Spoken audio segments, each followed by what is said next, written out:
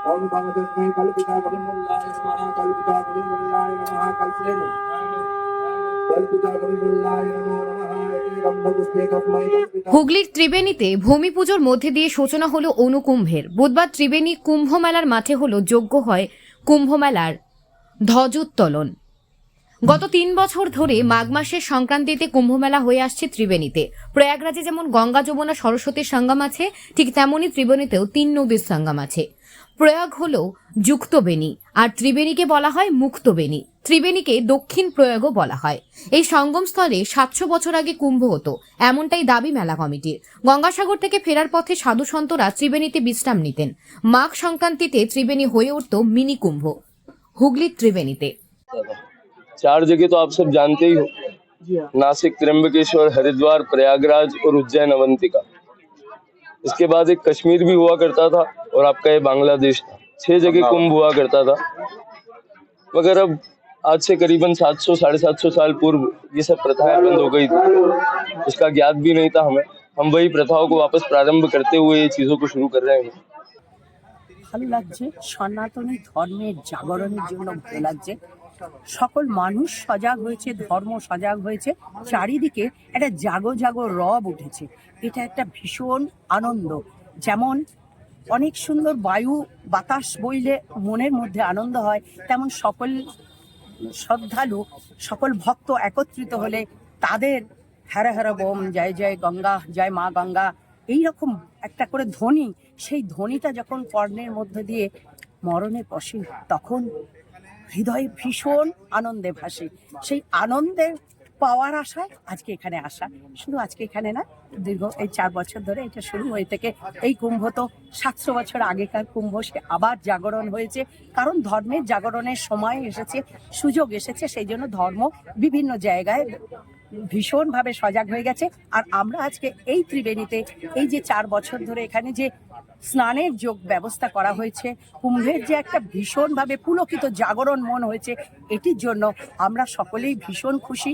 সকল দেশবাসী, সকল হিন্দুবাসী সকলেই খুশি। আর যুগ যুগান্তরের জিনিসটাকে আবার আমরা এনেছি অন্তরে অন্তরে। এর চেয়ে আনন্দের আর কিছু হয় না। তাই সকলের জন্য কামনা করা, সকলে এসো, কুম্ভকে ভালোবাসো, এখানে স্নান করো, এখানে পবিত্রতা, এখানে শ্বাসে শ্বাসে পবিত্রতা আছে। ত্রিবেণী, এই যে ত্রিবেণীর এই ধ্বনি, এখানে শ্বাসে শ্বাসে পবিত্রতা আছে। এখানে যে আসে, আমার বিশ্বাস ভগবানের কৃপায়, শিব ঠাকুরের কৃপায়, গঙ্গা দেবীর কৃপায়, সে শ্বাসে শ্বাসে এই পবিত্রতা গ্রহণ করতে করতে তার শরীর মন সুস্থ হয়ে যাবে, সে ভালো থাকবে। তাই এই পবিত্রতা পাওয়ার আশায় আমি এসেছি, সকলকে ডাকছি যে সকলে মিলে এসো, কুম্ভকে ভালোবেসে।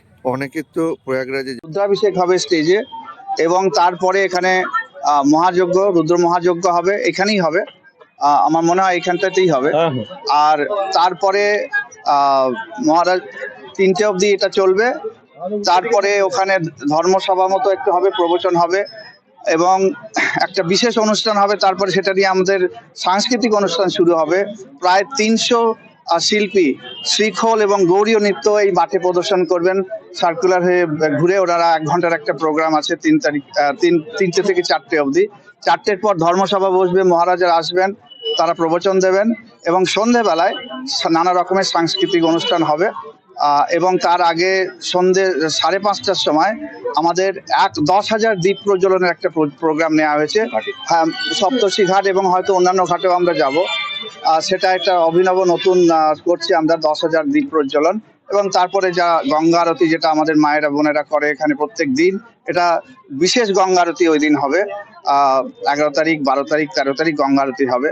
এবং 12 তারিখে সকালবেলায় 8টার সময় এখানে শোভাযাত্রা শুরু হবে। এখান থেকে নাগা সাধুরা, মহামণ্ডলেশ্বর যারা আসবেন, মহারাজরা থাকবেন, এখান থেকে শোভাযাত্রা বেরিয়ে আমরা ডাকাত কালীতলা অবধি যাব। ওখান থেকে যেমন প্রতি বছর করি, ওখান থেকে ঘুরে আসব। তারপর মহারাজরা স্নান করবেন সপ্তর্ষি ঘাটে। তারপর ভান্ডারা হবে ওনাদের এই রেফিউজি ক্যাম্পে, ওনাদের ভান্ডারা দেওয়া হবে। আর এই জায়গাটা কি হবে? আর এই জায়গাটায় আবার ওই সময়টা কিছু হবে না।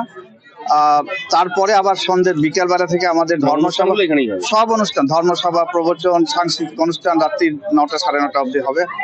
তো সেইগুলো আমরা সব এখানেই করবো।